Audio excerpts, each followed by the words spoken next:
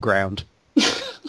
Because since they built and started playing at the Emirates, they haven't won a single thing. And now, at the end of the day, the last 2 times we have faced each other in the Premier League, Tottenham have won. Yep. I always said that Highbury, their fucking pitch, was too small. Their pitch was designed for them to win because other teams couldn't play on it. Now they've moved to the Emirates. Remember the first season they played the Emirates? They actually really did quite badly. Yep.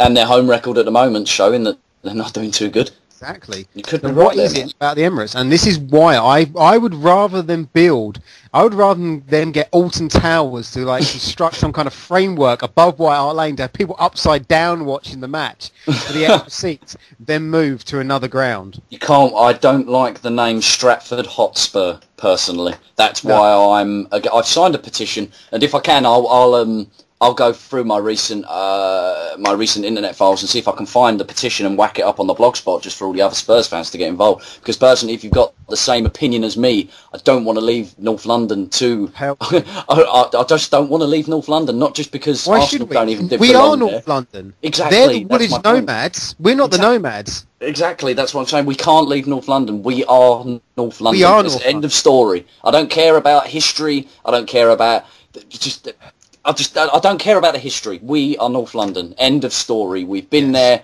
for longer. That's our territory. And I don't like the idea of moving to the Olympic Stadium as well, because I find it quite arrogant that what I've read in the media is West Ham have bid for the stadium. Now they've said that they're going to keep the running track around the outsides of the pitch and use it for the local community and for everything else, loads of different events. Whereas Tottenham have actually said, no, we're going to get rid of that. It's going to be specifically a football stadium, which I can understand. But then at the same time, they've got big plans for this new stadium, and then suddenly this Olympic stadium's come along, and it's like, bollocks, let's just save loads of money and just throw ourselves in there. It's like they haven't even considered the history of, even the fans, because the petitions are flying around.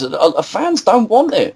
A lot of the fans, I've got a few friends that Spurs fans, they would love to move there, but then I must admit the majority of my Spurs friends, they don't want to leave North London. They're happy where they are. I will say though, Dean, that I'm Enfield born and raised. And so I grew up within the 279 bus route. Yeah, just around the corner. 20 odd stops, whatever it was, to White Hart Lane.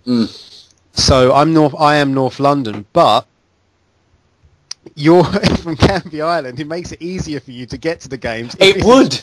It absolutely would. I mean, my dad lived he grew up around the North London area himself, and most of my family come from around there, but I don't know, Dad ended up, when he was a bit older, moved down to Canvey Island. Yeah, it would be closer, but I guess, see, I'm putting principle down.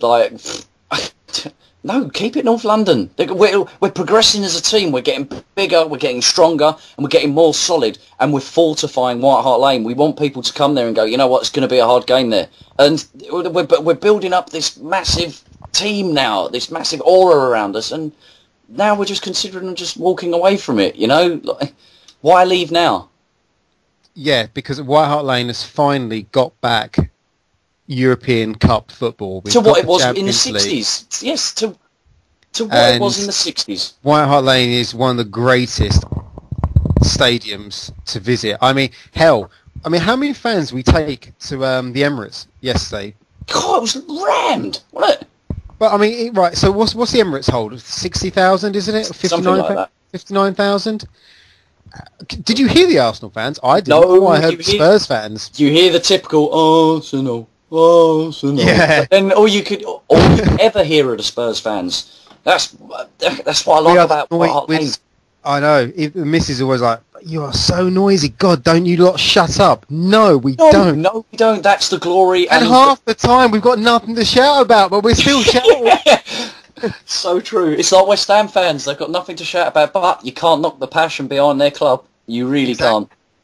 And that is when you watch the TV and you watch a game of the Emirates, you see a bunch of basically part-time fans sitting there. What is it about Arsenal that attract waifs and strays as well, Like little blonde girls. What the? why do they sell 20,000 tickets for little blonde girls there? And all the fucking players. Oh, how can you go to a football game and for it to be so quiet? I've got a friend of mine, Ellis, Steve. You both know Ellis. Yes. Yeah. All right, lifelong friend of all of us, a really good friend, and he in the last recent 2 years he was like, Dane, I'm starting to get into my football and all stuff like that. Oh mate, okay, we'll go down the pub, watch a few games and stuff. And then he broke the news to me. He was like, I really like the way Arsenal play. Just like, don't say this, man. He was like, yeah, I'm pretty much a gooner. I was like, how could you? How damn well could you? And he went to the Emirates Cup pre-season. And you know the first words that come out of him? He rung me and I was like, oh, are you outside? And he was like, no, I'm really looking forward to it. No, I'm inside. It's really quiet at a football game, isn't it? I was like, no, not at a football game. It's the cathedral that you're at. That's why they call it the cathedral. It's quiet for a reason, because the fans do not sing. They don't sing. And he was like, are you serious? I was like, listen around you. There's nothing there. It's boring. They're just... It does. There's no wonder they've not, because they left. They left their version of White Hart Lane. Close crowds, very atmospheric, and it on was top of the game, behind the team, and they moved to the Emirates. And since then, they haven't won anything because they got nothing behind them. No, precisely. What's your opinion, Sam? Yeah. Sorry, I was just when was the last time you went to White pictures, so. Oh, right. What was that? When was the last time you went to White Hart Lane? I remember I was quite young and we lost to Nottingham Forest. I think it was like 2-0. Fucking hell, that was early to mid-90s. I was going to say, Nottingham Forest ain't been in the Premier League since the what? Yeah, well, since the Premier League. My last game, I have the ticket here, Spurs against Bolton when we won 4-0, and I will upload onto the blog pictures that I took from behind the goal, and also 2 pictures of me, myself, and three other friends from my football team that we all went along to. We was all in the Sun newspaper, the Daily Mirror, behind the goal, and I'll whack them up on the blog because there's some good pictures. I enjoy them. Last FA Cup run when we won 4-0. Wednesday, 24th of February 2010. Block 34, row 2, C93. And last time I went to White Hart Lane, unfortunately, because obviously I live in Plymouth. Well, yeah.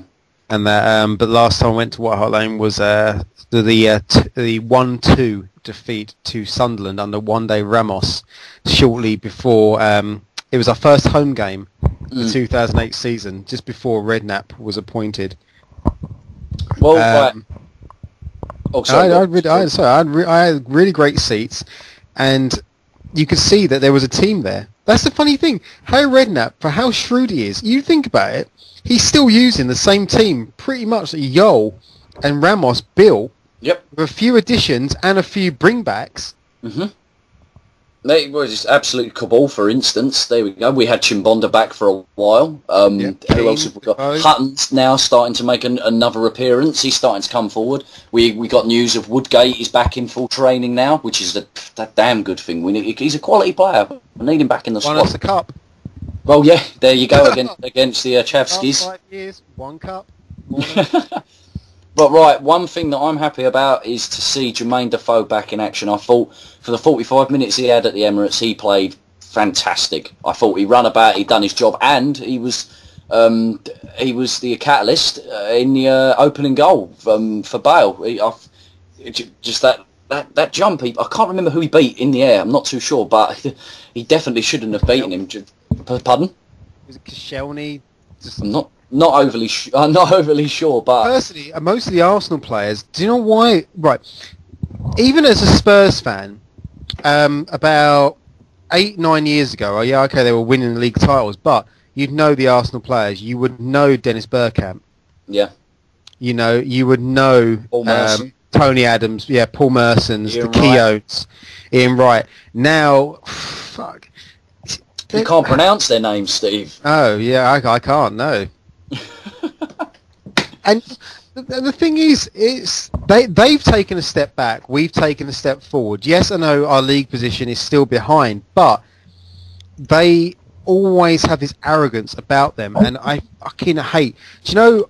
I hate Nasri almost as much as I hate Nani because of that stupid open mouth. I'm a wanker. Look, he does, and when he fucking those penalties in the Carling Cup. Yeah. They attract arrogant pricks and little girls to their team and as fans. Arsenal. They're all just. I don't know. It's hard to say. Just Arsenal fans. They're very predictable. Do you know the one thing that I hate that Arsenal fans always have on us is the DVDs.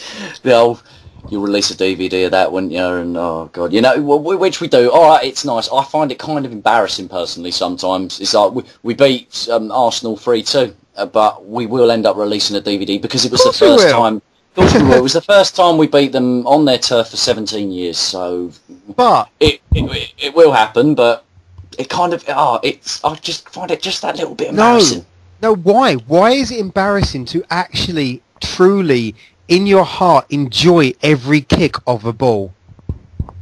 Arsenal, yes, they have been successful and they have won the Premier League. They have won a lot of cups. They have always been ahead of us on so many occasions. But do their fans truly ever celebrate and love their team anymore? Well, no, you are right there. I think I only dislike it just because it's something that they'll always sit there and snipe at us. It will just be. I think it's because I'm bored. I'm bored of. They're douchebags, though. Ignore them. the fact that you can rejoice and feel that emotion and that and you can slide across your living room floor or jump up and down and bang on the fucking terraces to a 4-4 draw. Oh mate, that brings the hairs on the back of my neck. Exactly. Up. That and really every time I watch it, Lennon's goal just and when the fan runs on the pitch. Jermaine Genius's goal. I cannot ever get tired of Jermaine Genius's goal in the match. If you watch it in slow motion from the camera just behind the goal, he's got his arms up, he's kind of skipping. And his face is looking all like and he's running. He puts the most beautifully curled shot. Yeah, absolutely. Absolutely. Just Lennon's, it's when Modric picks the ball up, jumps up, chests it, puts the curving ball, just hits the post, and you're like, this is typical. This is happening all over again. And then Lennon, the trusty Lennon, is there just to slot in. Absolutely love it. And then you see our stand completely erupt. Absolutely erupt that stadium. That's just one of the greatest moments as a Spurs fan. I can absolutely say that's one of my most favourite games. Although it was a draw against Arsenal, it's one of my most favourite London derbies. It was fantastic, absolutely brilliant. And Arsenal fans will always say, "Oh well, you're a small team, blah blah blah," because you celebrate a draw like a victory. But the point is, we celebrate. Arsenal remind me, they almost remind me, in Dogma about, when they say about Catholicism, how Catholics almost mourn their religion rather than celebrate it. Yeah. Yes. Arsenal I'll agree with you there.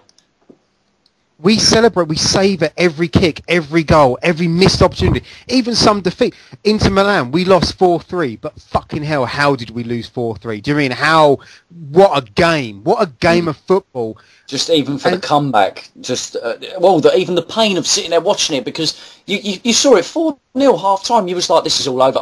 I text my friend straight away, and I was just like, this is typical. I was like, game over, boys, game over. And then some magic just happened. Gareth Bale just suddenly went, boom, and, just look at it, and then we turned them over on our home turf. We done it well. To be honest, that match, 4-0 down, I was laughing in that kind of gallows humour.